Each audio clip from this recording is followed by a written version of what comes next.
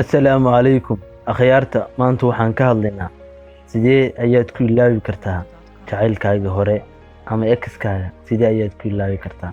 Waxaan kuu sheegayaa 5 arrimood oo kaa caawinaya inaad ilowdid qofkii aad kala tagteen ama jacaylkaaga hore. Marka 5tan arrimood haddii aad samaysid, waa hubaal waad ilaawi doontaa qofka, niyadaadana waad ka tirtiri doontaa.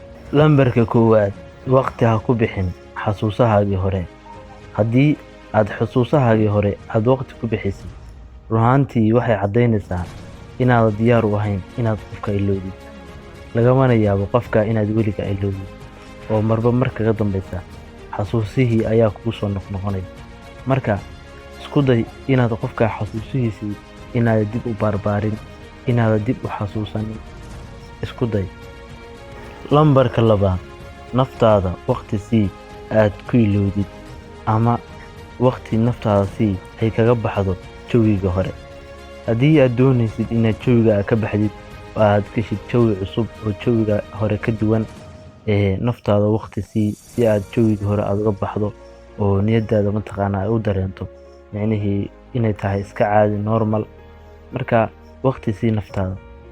Lambarka 3: ha isku dayin inaad saaxiib la noqotid. Haddii aad saaxiib la noqotid qof aad u baahan tahay inaad maskaxdaada ka tirtid ama ilowdid, run ahaantii ma wanaagsana. Mar walba dareen cusub ayaa ku soo gelaya, xasuusihii ayaa kugu soo noqonaya. Marka isku day qofkaas inaad saaxiib la noqonin, inaad qofka caadi aad uga gaabsatid. Haddii aad isku dayi kartid xitaa inaad araggiisa iyo xiriirkiisaba inaad iska ilaalisid, inaad isku imaan kartaan. Marka hala saaxiibin qofka markaa ku leeyahay qofkii. Haddii aad la saaxiibtid oo aad isku timaadaan, qofkiina uu qof xun ahaa marka hore, aad si xun ku kala tagteen, run ahaantii inaad isku soo noqotaan ma wanaagsan. Laakiin haddii qofkaas aad wanaag isku hayseen oo aad wax yar isku qabateen, dad lama kala geeyo oo dad lama dhaho kala taga warcad maaha. Laakiin haddii aad doonaysid waaye adiga ay kaa go'an tahay inaad qofka aad ka hartid. Lambarka 4: isku day inaad aragtid xaqiiqda.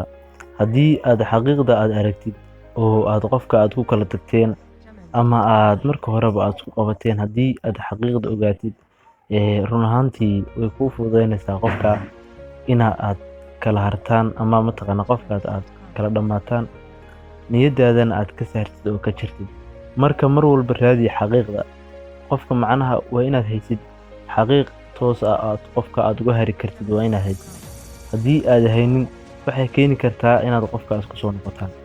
Lambarka 5: waa inaad ku eedeynin naftaada, waayo haddii aad ku eedeysid naftaada, waxaad dareemaysaa inaad adigu khalad aad samaysay, ama waxaad niyadaada soo gelaysaa inaad qofka aad ka khaldanay oo aad ku laabatid. Marka marraba naftaada ku eedeynin khalad uu qof kala galay. Si aad u ilowdid qofka aad kala tegaysaan, waxaa khasaba inaad mar walba ogtahay xaqiiqda qofka aad ku kala tagteen ama waxa aad isugu dhacdeen. Haddii aad intaad ogtahay, way fududahay inaad qofka aad kala tagtaan.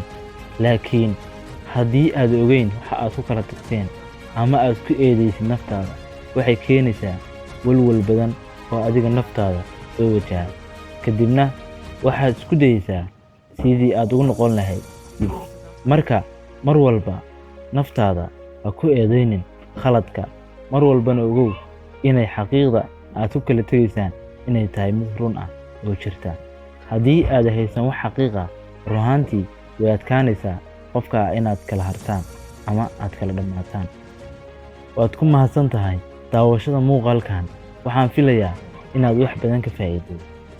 Sidoo kale waxaan kula soo socodsiin doonaa barnaamijyo badan oo ku saabsan xiriirka dhexmara ragga iyo dumarka, ama xiriirka ka dhexeeya lamaanayaasha. Waad ku mahadsan tahay daawashada muuqaalkan. Fadlan hanaga ilaawin inaad subscribe noo saarto. Mahadsanid.